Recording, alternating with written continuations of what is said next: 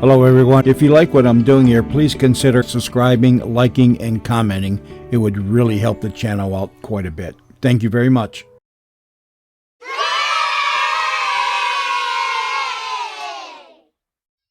James Stewart as the six-shooter.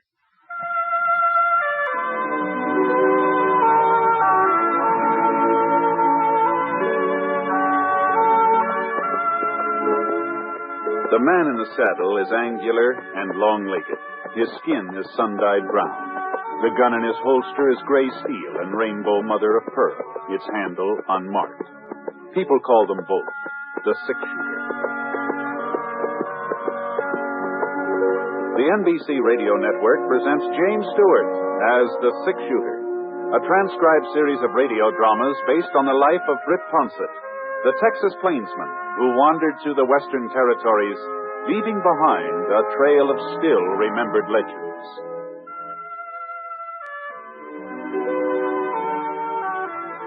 Now, in just a moment, immediately following this important announcement, you'll hear Act One of The Six-Shooter. Meet the safe driver. If you know what makes him stay alive on the highways, you may be able to follow his good example. He always keeps his car in A1 mechanical condition. He shows courtesy for other drivers. He knows that speed is his greatest enemy. And most important, he knows and obeys the laws. Remember, few accidents happen with safe drivers. Are you one of them? Now, Act One of The Six-Shooter, starring James Stewart.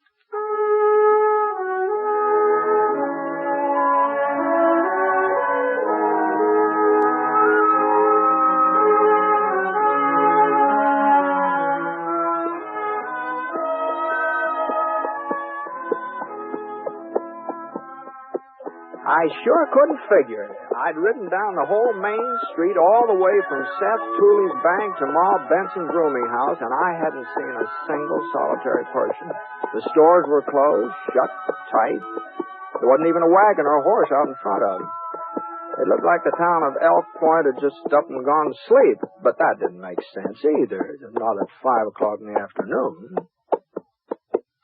Whoa, Scar. Whoa. Boy. Well, Ma Benson would know what the trouble was. She always had a pretty good notion about everything went on in Jackson County. You know, folks always used to say that's why the Elk Point Gazette kept going broke. You know, old Sadie Benson was too much competition.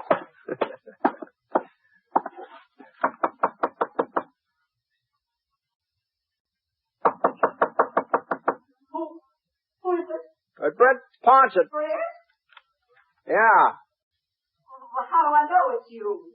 Well, opening the door might be one way of finding out. Does sound like you're all right.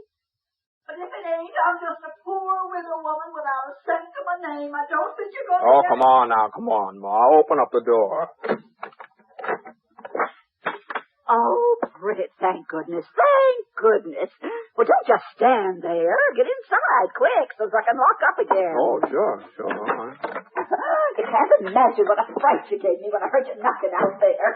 Oh, but I must say there ain't anybody I'd rather see today. Well, now, that's a very flattering greeting, Ma, but what's behind that? Oh, now stop joshing me, Britt. At a time like this when we all might be murdered any minute. Murdered? Stacy Gault is headed this way. Don't tell me you didn't know. Gault? That's what I said. Stacy Gault. Stacy Gault. Oh, I hadn't heard he was in these parts. You hadn't heard? No. Then what on earth brought you to Elk Point? Oh, I was just passing through on the way to White River. I thought I might stop off long enough to have one of those fine home-cooked meals yours. Isn't that reason enough? Well, you're heaven sent, Britt Ponsett. That's what you are. Heaven sent. Come on out in the kitchen with me while I give you the news. Sure. I was fixing a batch of cornbread. I had to do something to keep myself from thinking about what might happen. Oh, you can draw up that stool there if you like. Oh, thanks. Before you sit down, hand me them eggs, will you? Eggs? Oh, shit. Here you are. Well, now, the first sign of trouble was when Gault held up the Fargo station over at Fort Shafter. That was 10 days, maybe 2 weeks ago. Well, Shafter's 200 miles from Elk Point. Well, that's why folks didn't get too excited. Not then, anyhow. We never figured he'd come this far west. You never had before. Yeah, I guess that's so. But last Monday, he was in White River. Oh? Robbed the White River First National. Got away with over $50,000. $50,000. Marshal Andrews, he's the district marshal over to White River. He trailed Gault 5 or 6 miles out of town, and then he lost him. But there wasn't no doubt which way Gault was fixing to go. Oh, now where to put that pen? Oh, yes, here it is. Well, anyhow, just this morning, Ed Scott came barreling into town. He's got the old McBride Ranch out in Easter Canyon, you know. Yeah, I remember that. Well, Ed seen him last night riding through the canyon. He's Gault, huh? Couldn't have been nobody else. Ed recognized him right off, he did. He did. I thought you said Gault never been around Elk Point before. Well, there's pictures of him, ain't there? On them wanted posters? Yeah. Uh-huh. Oh, yeah. Now, I know I've left something out of this matter. If I could only think what... Oh, my stars, bacon powder. You know, when you use sweet milk, you got to put in bacon powder, or the bread just don't raise up at all. That's fine. That cupboard right behind you, Britt, please. Back here? Yeah, that door there. Right there. Oh, there. Yeah, it's on the second shelf. Little red can. Red can. That's the one. Well, now, like I say, Ed brought the news to town this morning. Mm-hmm. And that's when everybody took cover, huh? What else was we to do without a single able-bodied man to defend us? Oh. Eddie Scott rounded them all up, formed a posse, and went out hunting Gault. Oh, now what about Sheriff Henry? It sounds like that'd be his job, wouldn't it? Sheriff Henry ain't here. Oh, I see. Just when we need him most, he's delivering a prisoner over to county jail at Jackson. I see. And, of course, that gave Ed Scott his chance to take charge. He's always been the pushing type, wanting to run everything. I guess he figures if he can capture Gault, it'll be a real feather in his cap. Not to mention the $10,000 reward the White River First National is offering. Yeah, that's a lot of money. It sure is. 10,000. Oh, can you open the oven for me? Oh, yeah, sure. No, be careful, Britt. Now, don't you burn yourself. You better use that dish towel there on the rack. All right. I don't know why I bothered making cornbread. Won't be anybody here to eat it. Except maybe you, Britt. You'll stay for supper anyway, won't you, in spite of this Gault business? Well, it would take more than Stacy Gault to do me out of some of your cornbread. Gee whiz, I'd ride 20 miles just to get a whiff of it. Oh, I would, yes. Britt. Well, my cooking's all right, but it ain't nothing exceptional. No, Oh, you always was one to hand out the blarney. Oh, my, don't stop it. You're having some flustered. I won't know whether I'm coming or going. Yeah, I think I'll go out and put Scar on the barn. Well, you're welcome to feed him. There's plenty of hay. Thanks. Ma. Yeah? Now, you weren't serious about there only being 2 of us for supper, was you? Well, I sure was. Well, but they used to have plenty of boarders, more than you could take care of. Oh, I've still got my boarders, Britt. But they're all out with Ed Scott's posse. Oh, I see. I told you. There ain't a male between the ages of 10 and 60 left in town. Besides you, of course. Why, even old man Fletcher went along with that posse. No. They had to help him onto his horse, but he went. Well, you better hurry now, Britt. I'll have supper on the table by the time you get back from the barn.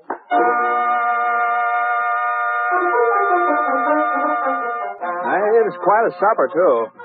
Baked ham with brown sugar dripping down the sides, and mashed potatoes swimming in gravy, enough green lima beans to feed the whole population of Elk Point. And that cornbread, gee whiz, it just light yellow and fluffy with homemade maple syrup to pour over it. I tell you, when I started eating it, I figured I'd have a hard time making a dent in the plate Ma put before me, but the next thing I knew, I was asking for seconds. No, just a thin slice, small. No, that's too much. That's too much. Now, I'll only have to throw it away. Just go easy on it. No, I don't know, though. There. A few more potatoes? No, I don't want any more potatoes. All right, then, just a few. No, beans? No, I don't want any more now, beans. Now, Chinese ham with nothing to go with it. No, I don't want any. Goodness. Here you are. Well, gee. Well, how about you, Ma? You hardly touched any of your food. Oh, what you cook yourself don't taste as good somehow. Mm-hmm. Oh, you're not still worrying about Stacy Gault. Oh, certainly I'm not since you showed up. If he come into town now, you take care of him. No, I don't imagine he'll get past Ed Scott's posse. And you don't know Ed Scott very good.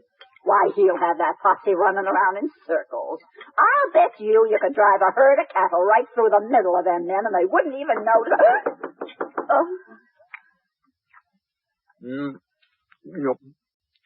You want me to answer it? No, I'll see who it is. You might keep your right hand free, though, just in case. Who's there? Who's there? It's Seth Tooley. Yes. What are you doing back? You ain't caught Gault, have you? No, we ain't caught him. Is Britt Ponset in town? My wife thought she seen him going into your place this afternoon. Yeah, he's here, but get out of the way. Oh, I gotta talk to Britt. Hello there, Seth. Britt, he's in Elk Point. Stacy Gault is in Elk Point. No. Yes, he is. I saw him not 5 minutes ago riding over the South Creek Bridge. He means to rob my bank. I know he does. That's the only thing he could have come for. Well, you've got more than enough men to take care of him, haven't you, Sam? The posse's still out combing the hills, away out in the hills, yes. What? Well, my rheumatism started acting up. It was paining me something terrible. I had to drop out and come back alone. That rheumatism of yours is sure a convenient sickness sometimes, Seth. Well, you can be mighty thankful for it tonight. Otherwise, Gault might have got by unnoticed. Oh, we got to move fast, Britt, before he reaches the bank. I brought him 44. I figure the two of us together can... Now, just hold on, Seth. What makes you so sure the man you saw was Gault? Oh, it's got to be him. Fits his description to a T, Pretty dark out there, you know. He was on the trail from White River. There's nowhere else could have come from. Britt, we all know Gault was headed this way. What did I tell you? He got through Ed Scott's posse just like I said he would. Yeah, he might have at that. There was a couple of times when we sort of lost our whereabouts. Well, come on, Britt. You ain't going to leave me to take care of Gault all alone, are you? Not that I'd be afraid to try it, of course. All right, Seth. I'm coming. I wasn't quite finished my supper, but Well, now who on earth? Now, wait a minute. Wait. Don't answer it, Ma. Why, that might be Stacy Gault. Oh, now, why would Gault be coming here to Ma's place? Now, I'll see who it is. Well, I'll cover you, Britt. While you open the door, you ain't got a thing to worry about. I'll cover you. Howdy. Sign out front says rooms. I'm looking for a place to stay. It's him. Well, come on in. Here, this is Ma Benson. This is her room and house. Evening, ma'am. I'm sorry. I'm full up. Oh? That's too bad. I was only going to be here one night. Any place else I might stop over? No, that is not that I know of. Well? Before you go, mister. Yeah? We don't mean to be nosy or anything like that, but would you mind telling us what you're doing here in Elk Point? I got some business at the bank tomorrow. The bank? Oh. That's right. What are you doing with that gun, mister? What? Here, let me pick it up for you. No. Hey, never mind. Just leave it there. Just leave it. Laying on the floor? Well, it ain't loaded anyway. A man's a fool to carry an unloaded gun. Say, what time's the bank open up in the morning? It ain't open tomorrow. Tomorrow's a holiday. That's so? Funny, I didn't know. Well, it's kind of a special holiday just here in Elk Point. Oh. You came from White River, didn't you, mister? That's right. How did you... Oh, you heard about me. I was on my way, huh? News sure travels fast, don't it? Yes, it sure does. Well, if you haven't got a vacant room, You sure you can't squeeze them in somewhere? Yes. You know, since some of your regulars won't be back tonight anyway, you could... How about it, Ma? Well, I guess I could find a place for him if you really think... I'd appreciate it, man. Well, just follow me upstairs and I'll see what I can do. Thanks, mister. No trouble. Well, what's the matter with you, Britt? Get Ma to let him stay here. Well, if he's Gault, this way we'll be able to keep an eye on him, don't you think? If he's... You seen that satchel he was carrying, didn't you? Yeah. Well, don't you see?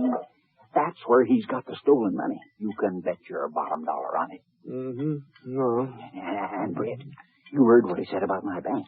He was telling us plain as day that he means to rob it. That's the way Gault is. Everybody says so. You better stop that eating and listen to me. He comes right out and announces what he aims to do. Don't make no bones about it. That's a fact. Mm-hmm. Well, I didn't hear him mention anything about robbing you, Seth. You didn't better. How much plainer could he make it? Yeah, well. And you, Britt, I'm surprised at you. He was standing there wide open. Why, you could have outgod him without even half trying. Well, I guess either of us could have done that, Seth, seeing as how he wasn't wearing a gun. Keep up. What? Pass me that cornbread, will you?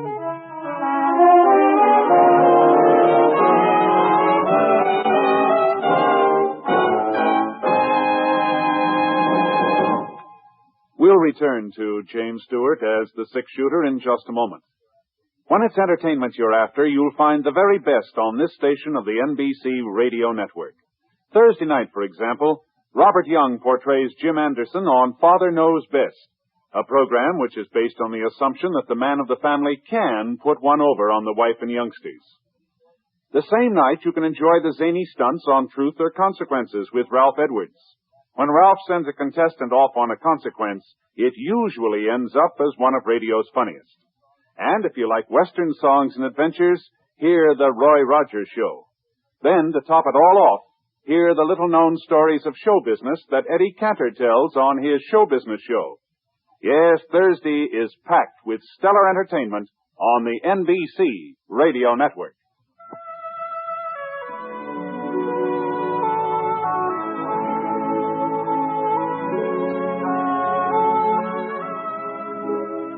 Now, Act Two of The Six-Shooter, starring James Stewart as Britt Ponsett.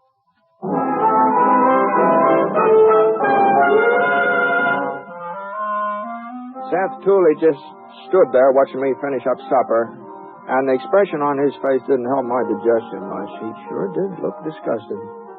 But I just wasn't convinced that this new fella and Stacy Gault were the same man. I'd never seen Gault before, of course, and the fella Ma took upstairs did look something like the wanted posters, and he had come from White River. That's all true, but no doubt. The poster pictures and the satchel and where a man comes from just don't prove he's an outlaw. At least not for certain. You gonna sit there eating all night? No. Britt Ponsett. No, I'm done now. Well, he's not robbing your bank, Seth. Well, what do you want me to do? Wait till he tries it? No, now look. Now, we're not sheriffs or deputies, and we can't arrest somebody just on suspicion. And besides, I don't think he's Gault. Oh, you don't? Now, they just don't stand to reason. Now, why would Gault come riding into town here? He knows everybody's on the lookout for him. Well, with that posse out in the hills, he's a lot safer here in town than he would be anywhere else. And don't think he don't know that, too. Well, it's about time to turn in on it. Britt! Now, look, Seth, when Sheriff Henry comes back, he can arrest this fellow if he wants to. I think he's making a mistake. I think he'd be arresting the wrong man, but, well... Britt Ponsett, I'll never forgive you for this. Not if I live to be 90. No. Leaving me at the mercy of a killer. Why, we'd have been better off if you never showed up in Elk Point at all. This is terrible. Now, just take it easy, Mom. Take it easy? Stacy Gault staying right under my own roof? Now, you could be jumping to conclusions, same as Seth here. Oh, am I? Do you know what's in that satchel? Nope. Money. Stacks and stacks of it. No, now, Mom. I watched him through the keyhole. He took it out and started counting it. And there's slips of paper fastened around the bills. And the printing on that paper says White River First National Bank. There, you see. You sure of this, Ma? Well, it's your own eyes, ain't I? Well... All right. And that ain't all he's got. You remember what it said on the wanted poster about how Gault always wears yellow leather gloves? Yes, I remember. Well, he's got the gloves, too. Right there in the satchel with the money. Ha! You satisfied now, Britt? Seth, you gotta find the posse and bring them back here as soon as you can. All right, Ma. You'll see that he don't get away, Britt. Yep, I'll see to Oh, it. for heaven's sake, Seth, hurry. Sure, Ma, sure. Hurry. Gee, I'm sorry if I got you into something, Ma, but I just can't believe... You can't believe what, Britt? Nothing, Ma, nothing. Well, Ma cleared off the table and took the dishes out the kitchen. Well, I offered to dry, but she said she'd rather do them herself, so I went into the parlor to wait. The fellow upstairs was moving around and getting ready for bed. At least, that's what I hoped he was doing. His room was right over my head, and when the bed springs gave out a little creak, I felt a little better about things.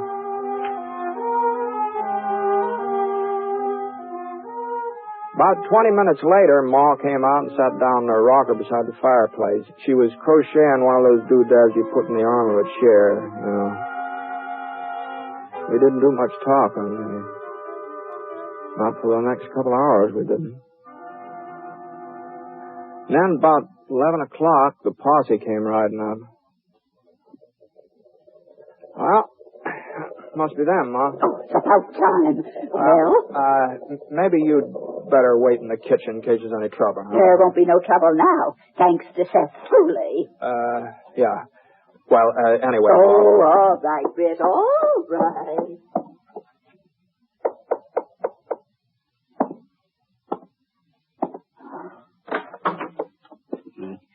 He's still here, Britt. Yeah, he's asleep. You know Britt Ponset, don't you, Ed? Yeah, sure. Now, here's the plan. The rest of the boys have got the house surrounded. Whole house surrounded. Gault couldn't get out no matter what happened. Uh-huh. All right, now. The three of us will go upstairs. Come on. Yeah. Now, as soon as we get to his room, I'll kick the door open, then we all blaze away at the bed. No.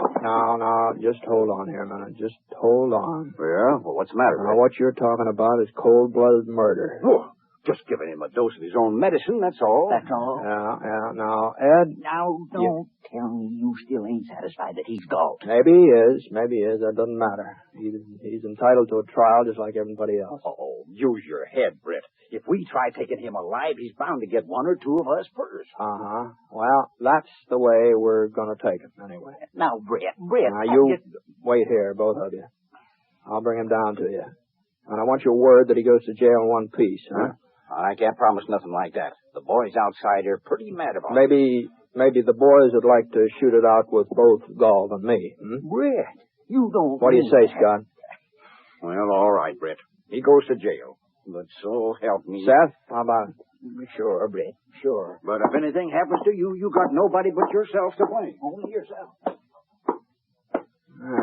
Upstairs hall was pitch dark.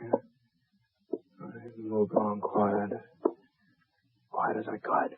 I tried to remember where the doors were. It's been a couple of years since I'd stayed at Benson's. I wasn't just sure which room. I pressed my ear against the door and listened. I couldn't hear anybody breathing inside, so I headed for the next door. Right there now. I had my hand on the knob when I hooked my leg on the hall table and I reached out to touch. Oh, he'd be awake now, so I had to move fast. I swung the door open and brought up my gun. Who's there? What do you want? Now stay where you are, and don't reach for anything. What? Huh? What are you talking The lamp right beside his bed gave off enough light so I could see him. I leaned over and turned it up. He hadn't moved. He just sat there, eyes wide open, blinking.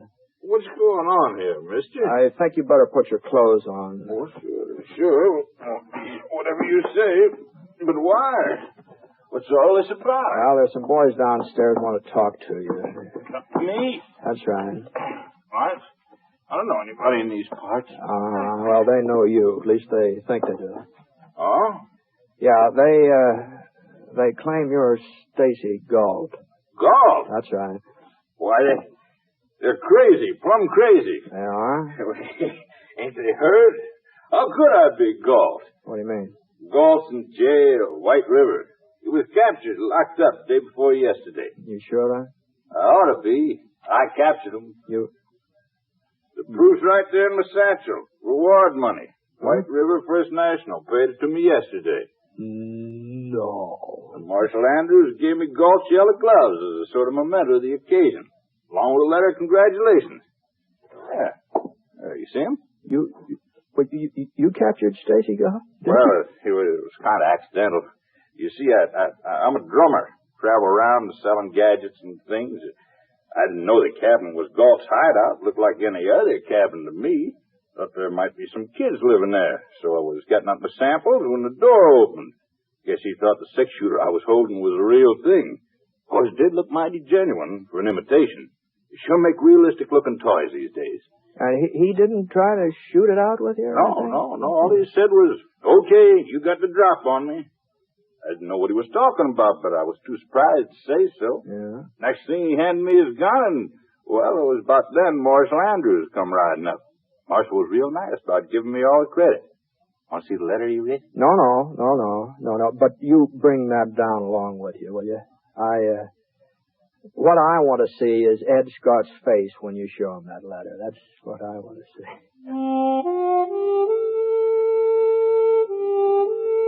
So when he got finished putting his clothes on, I took Amos Foster, that was his name. I took him downstairs, and Ed and Seth, they were standing at the bottom, covering us with their guns. The letter from Marshal Andrews finally convinced them. They put their guns away and marched outside. And that was just about the unhappiest posse I ever saw, considering that they'd caught their man. Ma Benson, she came out of the kitchen in time to hear the tail end of Amos's explanation. She didn't say anything, just shook her head and then offered to make some coffee and heat up what was left of the cornbread. That sounded real good to Amos. Sounded good to me, too, except for one thing. I knew there wasn't any cornbread left to heat up. I sort of finished it off at supper.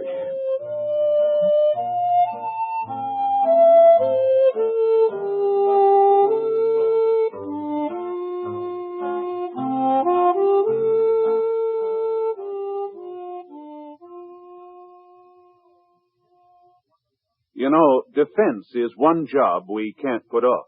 Because if we want security for our home and country tomorrow, we've got to do something about it today. How? By investing in United States savings bonds. You'll get a return of $4 for every $3 you put in, and in less than 10 years. In addition, you can hold your bonds beyond maturity and earn further interest. 3% interest compounded semi-annually for as long as 10 additional years. Sign up today for freedom. Join the payroll savings plan or the bond-a-month plan. You'll feel more secure tomorrow if you buy United States savings bonds today.